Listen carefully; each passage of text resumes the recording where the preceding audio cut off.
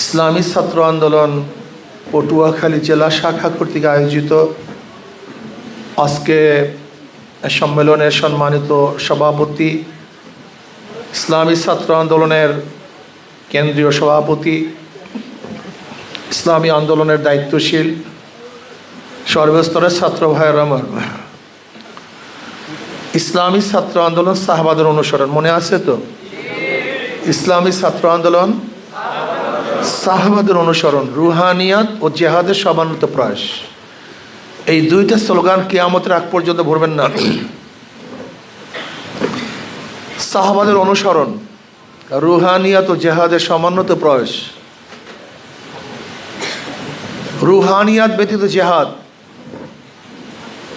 আর জেহাদ ব্যতীত রুহানিয়াত একটাও কাম্য নয়। জেহাদের সাথে রুহানিয়াত থাকা চাই, আর রুহানিয়াতের সাথে কি থাকা চাই? জেহাদ থাকা চাই। কিভাবে জেহাদ করবেন? অনুসরণ কাদেরকে করবেন? এরদোগানকে করবেন কিনা, মিশরের মুরসিকে করবেন কিনা, না কোন ব্যক্তির অনুসরণ করবেন? এই বিষয়ে ঈশা ছাত্র স্পষ্ট বলছি। ঈশা ছাত্র আন্দোলন অনুসরণীয় ব্যক্তিরা হলেন সাহাবায়ে কেরাম রিদওয়ানুল্লাহি তাআলা আলাইহিম আজমাইন। এরা তাদের অনুসরণ করে, অন্য কারোর অনুসরণ করে না। ইসলামী ছাত্র আন্দোলন কি সুন্নাতকে বাদ দিয়ে রাজনীতি করে? ইসলামী ছাত্র আন্দোলন সুন্নাতকে বুকে ধারণ করে রাজনীতি করে। ইসলামী ছাত্র ইসলামের নাম দিয়ে সুন্নাতকে অবহেলা করতে পারে না।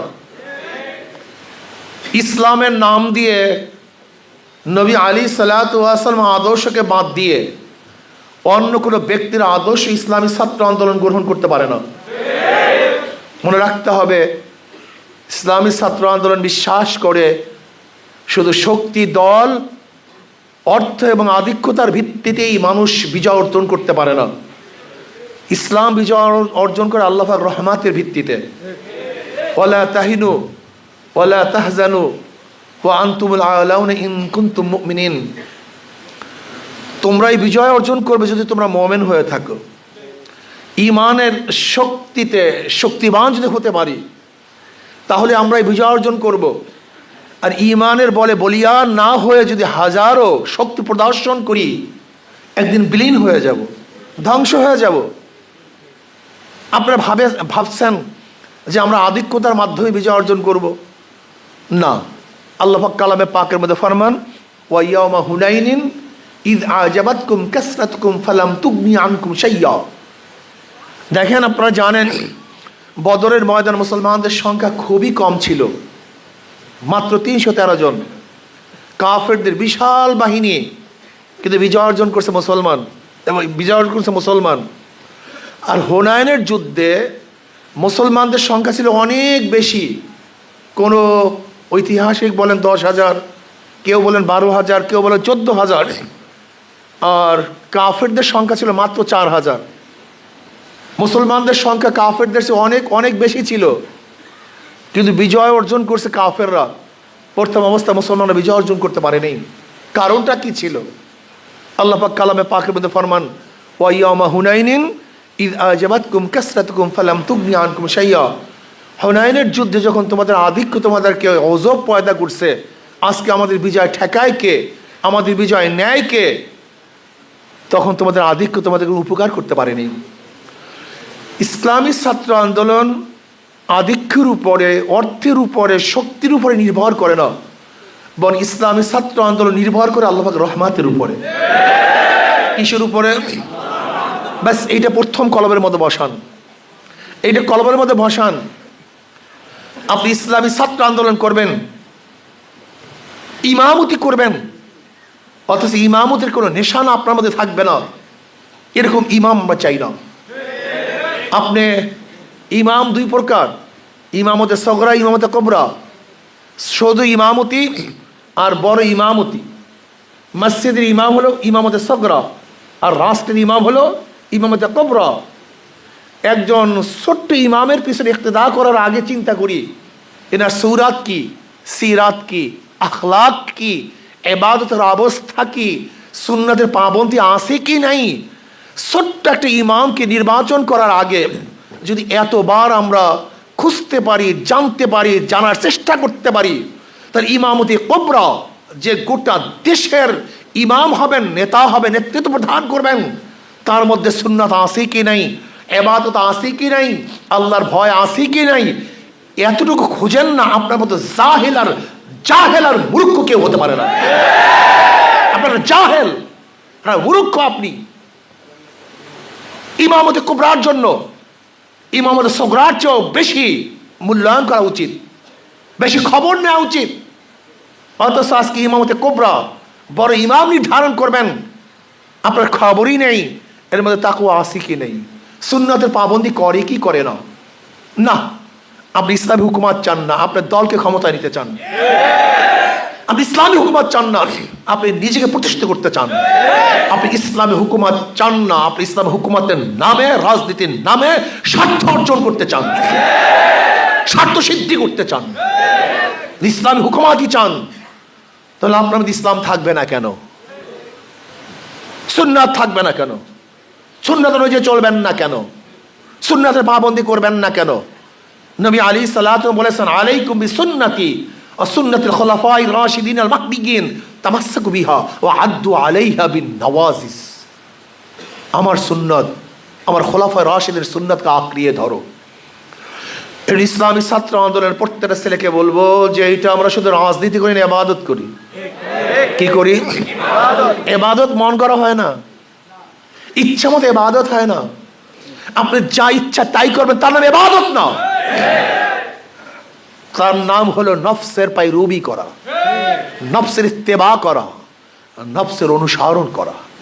ইবাদত হবে আল্লাহ, আল্লাহর রসুল যেই পথ, যেই মত, যেই নীতি, যেই আদর্শ বাতিয়েছেন, সেই মত, সেই পথ, সেই নীতি আদর্শের হুবাহু অনুকরণের নামই ইবাদত। নাকি ভাই? প্রিয় ভাইয়ার আমার, নবী আলাইহিস সালাতু ওয়াস সালামের অনুসরণ ব্যতীত, সাহাবাদের ইত্তেবা ব্যতীত, অনুসরণ ব্যতীত কিসের ইসলামী হুকুমত? কে বলছে আপনাকে ইসলাম হুকুমত কায়েম করতে? ইসলামী ছাত্র আন্দোলনের ছেলেদের মধ্যে সুন্নাতের অনুসরণ না থাকে, সাহাবাদের অনুকরণ না থাকে, তাই বলবো ইসলাম শব্দটা বাদ দিয়ে দেন। রাজনীতি করেন, সমস্যা নেই, রাজনীতি করেন, কোনো সমস্যা নেই, ইসলাম শব্দ লাগাবেন আর ইসলাম অনুযায়ী চলবেন না। এই ধোঁকাবাজি আমরা চাই না, এই ফাইজলামি আমরা চাই না। এই ধোঁকাবাজি বন্ধ করেন।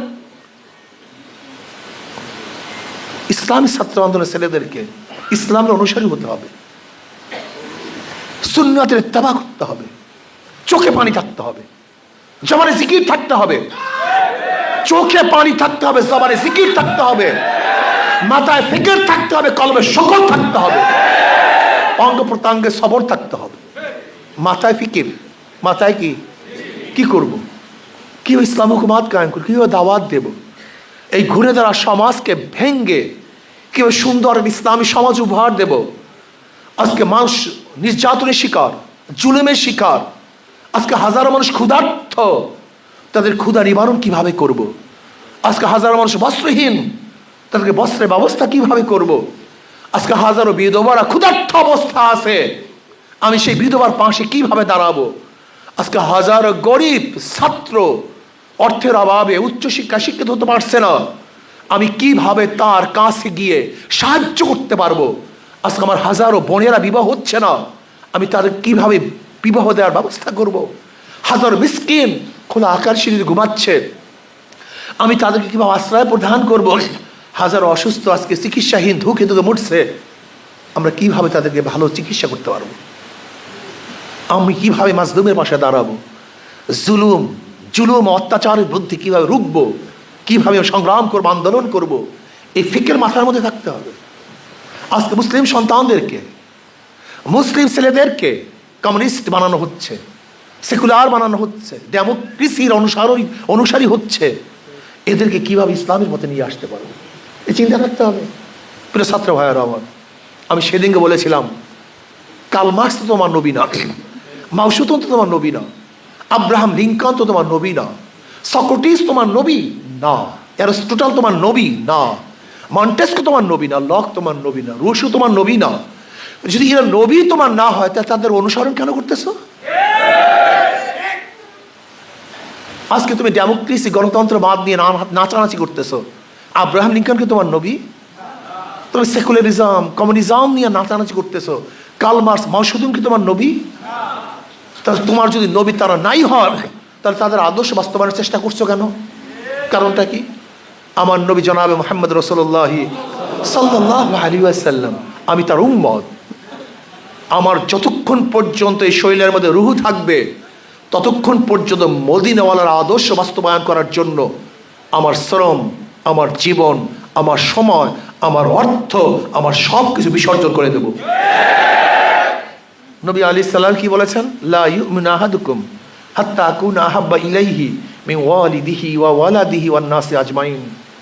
ততক্ষণ মুমিন হতে পারবা না যতক্ষণ পর্যন্ত তোমার বাবা, তোমার মা, তোমার ছেলে, তোমার সন্তান, তোমার স্ত্রী, তোমার স্বামী, তোমার সম্পত্তি, এমনকি তোমার জীবনের চেয়েও আমি নবীকে বেশি মহাব্বত করতে না পারবা ততক্ষণ পর্যন্ত মুমিন হতে পারবা না।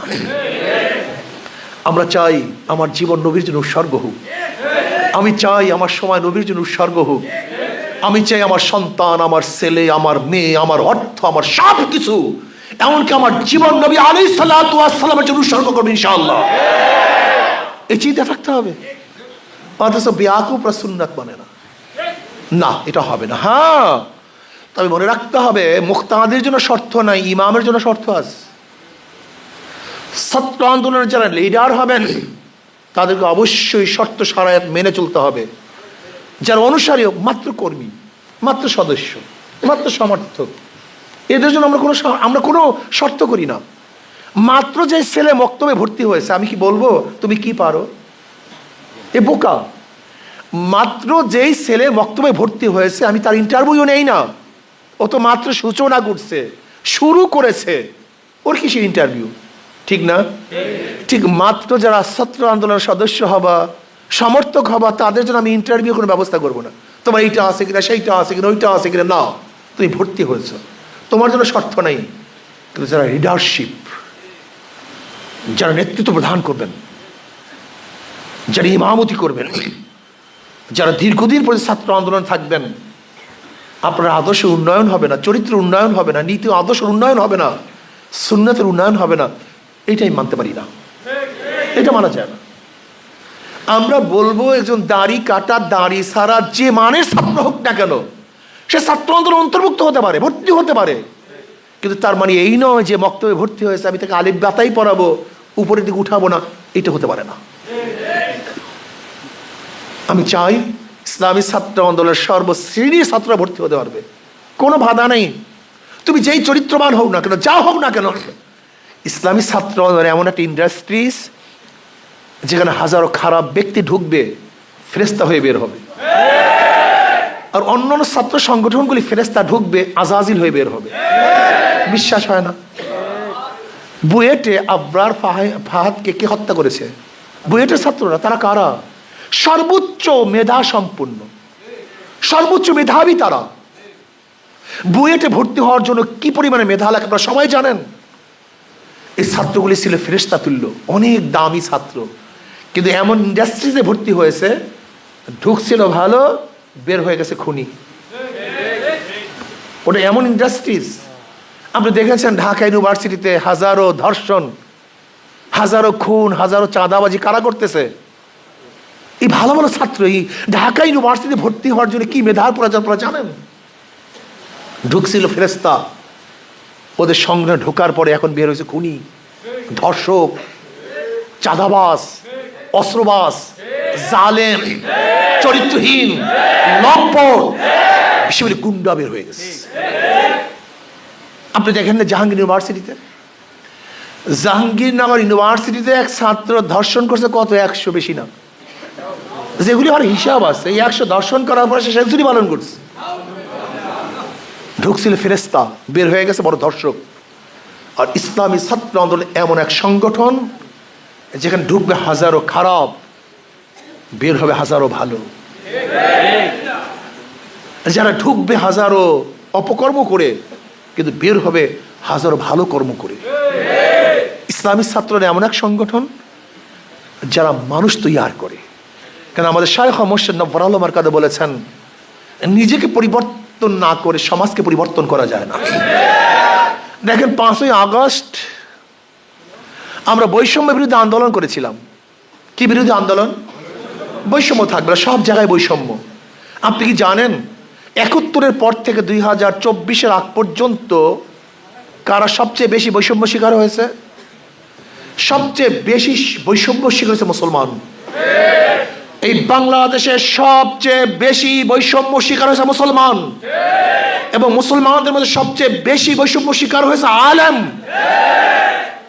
আপনি জানেন এই বাংলাদেশে 92% মুসলমানদের দেশে এখন অনেক জায়গায় দাড়ি নিয়ে ঢোকা যায় না। আপনি কি জানেন বাংলাদেশের 92% মুসলমানদের দেশে হাজারো জায়গায় টুপি পরে চাকরি পায় না? আপনি কি জানেন বাংলাদেশের হাজারো জায়গায়, হাজারো অফিসের মধ্যে নামাজ পড়া যায় না? আপনি কি জানেন বাংলাদেশের হাজারো প্রতিষ্ঠানে বোরখা পরে চাকরি হয় না? আপনি কি জানেন এখন বাংলাদেশের আর্মির মধ্যে, প্রশাসনের মধ্যে দাড়ি রাখতে গেলে, নবীর দাড়ি রাখতে গেলে অনুমতি দিতে হয়? চিন্তা করতে পারছেন? চিন্তা করতে পারছেন? এটা বাংলাদেশে, বাংলাদেশের সবচেয়ে বেশি বৈষম্য শিকার হয়েছে মুসলমান, আর এর চেয়ে বেশি বৈষম্য শিকার হয়েছে আলেমরা। আজও ঢাকা ইউনিভার্সিটি, যে ইউনিভার্সিটি গঠন করেছিল সলিমুল্লাহ, নওয়াব সলিমুল্লাহ রহমতুল্লাহ আলী, 600 একর জমি তার দানকৃত মুসলমানদের শিক্ষার জন্য।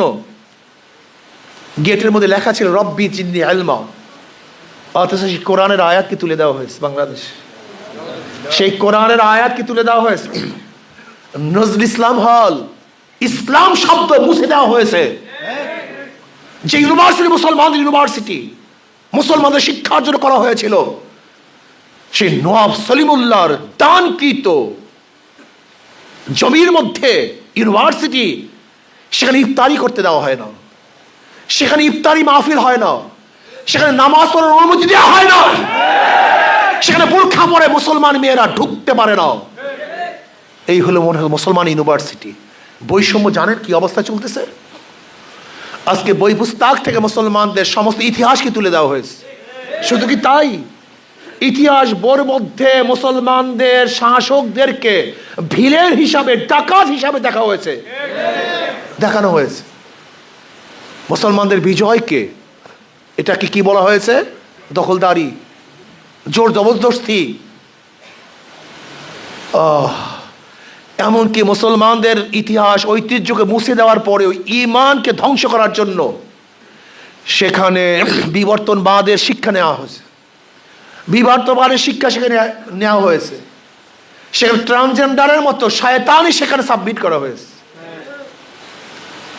আলেম ওলামাদেরকে এত বৈষম্য করছে, আজকেও কওমি মাদ্রাসায় স্বীকৃতি দিচ্ছে না। এমনকি কওমি মাদ্রাসার আলেমরা কাজী পোস্টে পর্যন্ত চাকরি দিতে পারছে না। কাজী পোস্টে এত বৈষম্য করা হচ্ছে। এই বৈষম্য বিরুদ্ধে আন্দোলন করেছিলাম। চাঁদা থাকবে না, গুন্ডামি থাকবে না, মাস্তানি থাকবে না, মানুষ তাদের অধিকার ফিরে পাবে। কিন্তু 5ই আগস্টের পর আবারও সেই চাঁদাবাজি, গুন্ডামি, ডাকাতি, বদমাশি, দুর্নীতি। না, আন্দোলন শেষ হয়নি, সংগ্রাম শেষ হয়নি, যুদ্ধ এখনো শেষ হয়নি। নহে সমাপ্ত কর্মমোদের অবকাশ কোথায় বিশ্রামের। এই দুর্নীতিবাজদের বিরুদ্ধে একটা আন্দোলন করতে হবে, একটা সংগ্রাম করতে হবে, যুদ্ধ করতে হবে।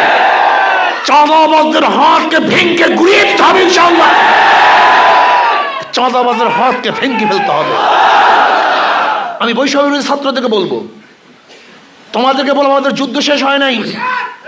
জীবনের মায়া ত্যাগ করে রাস্তায় ঝাঁপিয়ে পড়েছিলাম দুর্নীতির বিরুদ্ধে, চাঁদাবাজের বিরুদ্ধে, অন্যায়ের বিরুদ্ধে, ডাকাতদের বিরুদ্ধে, জালেমদের বিরুদ্ধে, খুনিদের বিরুদ্ধে। কিন্তু এখনো যদি খুন হয়, ধর্ষণ হয়, আমার মা বোনেরা নির্যাতিত হয়, এখনো যদি অফিসগুলি দুর্নীতি ভরে যায়, তাহলে যুদ্ধ শেষ হয় না, আবারও যুদ্ধ করতে হবে, আন্দোলন আবারও শুরু করতে হবে। ছাত্রদেরকে বলবো, নহে সমাপ্ত কর্মমোদের অবকাশ কোথায় বিশ্রামে। শেষ হয়নি এখনো যুদ্ধ। এখন হাজারো ফেসিস বাংলাদেশে আছে। যতক্ষণ পর্যন্ত গোটা ফেসিসকে আমাদের বাংলাদেশে উৎখাত করতে না পারবো, ততদিন পর্যন্ত যুদ্ধ চলতেই থাকবে। রাস্তায় থাকবো, রাস্তা ছাড়বো না ইনশাআল্লাহ। আর যতক্ষণ ইসলামী হুকুমাত কায়েম না করব, আল্লাহর জমিন আল্লাহর হুকুমাত কায়েম না করব, ততদিন পর্যন্ত আমাদের যুদ্ধ চলতেই থাকবে ইনশাআল্লাহ। তু শাহিন है परवाज है काम तेरा, तू शाहीन है परवाज है काम तेरा, तेरे सामने आसमां और भी है। আমরা শাহিন পাখি, বাস পাখি, আমাদের কোনো সীমাটিমা নেই। আমরা যেদিকে তাকাবো সেইটা আমাদের সীমা, আমরা যেদিকে তাকাবো সেইটা আমাদের পথ, সেইটা আমাদের গন্তব্য। কাজে আসুন ইসলামী ছাত্র আমাদের প্রত্যেকটা ছেলেকে দাওয়াতের মেজাজ পয়দা করতে হবে। দাওয়াতের মেজাজ নিয়াত করেন, আজকের থেকে নিয়াত করেন ইনশাআল্লাহ আমি একা একজন কমপক্ষে 500 ছাত্রদেরকে দাওয়াত দিয়ে ইসলামী ছাত্র আন্দোলনের মধ্যে নিয়ে আসবো। কি রাজি আছেন ইনশাআল্লাহ? কত? নিয়াত করেন না ভাই, নিয়াতুল মুমিন খায়রুম মিন আমালিহি। মুমিনের নিয়াত আমলের চেয়েও দামি। আজকে নিয়াত করেন, নিয়াত করেন যে কমপক্ষে 500 ছেলেদেরকে, 500 ছাত্রদেরকে দাওয়াত দিয়ে ইসলামী ছাত্র আন্দোলনের সদস্য করব, এরপরে কর্মী করব, মালিক করবে ইনশাআল্লাহ। কি রাজি আছেন ইনশাআল্লাহ? হ্যাঁ, মুরব্বীরা কি রাজি আছেন? 500 মানুষকে মাশাআল্লাহ 500 মানুষ ইনশাআল্লাহ দাওয়াত দেবে। রাজি আছেন ইনশাআল্লাহ? কে গেলে 2 হাত তুলি, নারায়ে তাকবীর, নারায়ে তাকবীর। মাশাআল্লাহ মাটি পুরো ভাইরা আমার, আগামী দিনে নির্বাচন আসছে, নির্বাচন আসছে। যেই দলের মধ্যে চোর ডাকাত বদমাশ লুটেরা আছে, খনি আছে, ওদেরকে আমরা ভোট দেবো না ইনশাআল্লাহ। নাকি ঠিক না? ওদের ক্ষমতা আসতে দেবো না। মোচের মধ্যে যতই ঘি মাখ রাখে না, ওদের মোচের মধ্যে ঘি থাকবে, মুখের মধ্যে ঢুকবে না ইনশাআল্লাহ। ওদের ঘি আবার মোচে থাকবে, ঘি আর জিব্রায় লাগাতে দেবো না ইনশাআল্লাহ। যদি তোমরা সবাই সচেতন থাকো, ওরা ক্ষমতার ঘি মুছিয়ে লাগাবে কিন্তু ক্ষমতায় যেতে পারবে না ইনশাআল্লাহ। কাজ করতে হবে, সাধনা করতে হবে, চেষ্টা করতে হবে। হাত পাখা জিন্দাবাদ। হাত পাখা এমন এক প্রতীক, তুমি কি দেখো নাই, গবেষণা করো নাই? যারা ধান নিয়ে, ধানের শীষ নিয়ে নির্বাচন করে, ওই নির্বাচন যারা করে তারা ধান কাটতে পারে না। যারা নৌকা নিয়ে নির্বাচন করে নৌকা চালাতে পারে না। যারা নাঙ্গল নিয়ে নির্বাচন করে নৌকা এসে নাঙ্গল বইতে পারে না। যারা কাস্তে নিয়ে নির্বাচন করে তারা ধান কাটতে পারে না। যারা গরুর গাড়ির চাকা নিয়ে নির্বাচন করে তারা গরু গাড়ি চালাতে পারে না। নাকি ভুল বললাম? যারা কুঠা নিয়ে নির্বাচন করে তারা লাকড়ি ফাটতে পারে না। কিন্তু হাত পাখা এমন এক প্রতীক, সবার প্রতীক। যারা নির্বাচন করে তারাও হাত পাখা চালাতে পারে। যারা সমর্থন করে তাদেরও দরকার হয়। পুরুষের প্রয়োজন, মহিলাদের প্রয়োজন, মুসলমানদের প্রয়োজন, হিন্দুদের প্রয়োজন, খ্রিস্টানদের প্রয়োজন। কারেন্ট ফেল করে, হাত পাখা ফেল করে না। এই প্রতীকটাই শান্তির প্রতীক। এই প্রতীক কিসের প্রতীক? এবং হক বাতিলের মধ্যে পার্থক্য করার প্রতীক। ইমাম বুখারী রহমতুল্লাহ কিতাব লিখছেন কখন জানো? ইবনে হাজার আসকালানী রাহমাতুল্লাহ আলাইহি বলেন, ইমাম বুখারী রহমতুল্লাহ স্বপ্নে দেখতেছেন নবী আলাইহিস সালাতু ওয়াস সালাম অবস্থা আছেন, তার উপরে মশা এবং মাছে আক্রমণ করতেছে। বুখারী রহমতুল্লাহ হাতের মধ্যে ছিলেন হাত পাখা। সেই হাত পাখা দিয়ে বাতাস করে তিনি মাছি মশার উপদ্রব থেকে তাকে হেফাজত করতেছেন। কোন এক ব্যাখ্যাকারীর কাছে ব্যাখ্যা চাওয়া হইলে তিনি বলেন, তোমার মাধ্যমে আল্লাহ পাক রব্বুল আলামিন নবী আলাইহিস সালাতু ওয়াস সালামের উপর আরোপিত যত মিথ্যা হাদিস, সেই হাদিস থেকে সহি হাদিসকে আলাদা করা আল্লাহ পাক তোমার থেকে খেদমত নিয়ে নেবেন। তা হাত পাকা হলো হক এবং বাতিলের মধ্যে পার্থক্য করার প্রতীক। হাত পাকা কিসের প্রতীক ভাই? হক বাতিলের পার্থক্য করার প্রতীক হলো হাত পাকা। কাজে হাত পাকা যদি বিজয় হয়, হক বিজয় হবে। হাত পাকা বিজয় হয়, দেশ বিজয় হবে। হাত পাকা বিজয় হয়, জনগণ বিজয় হবে।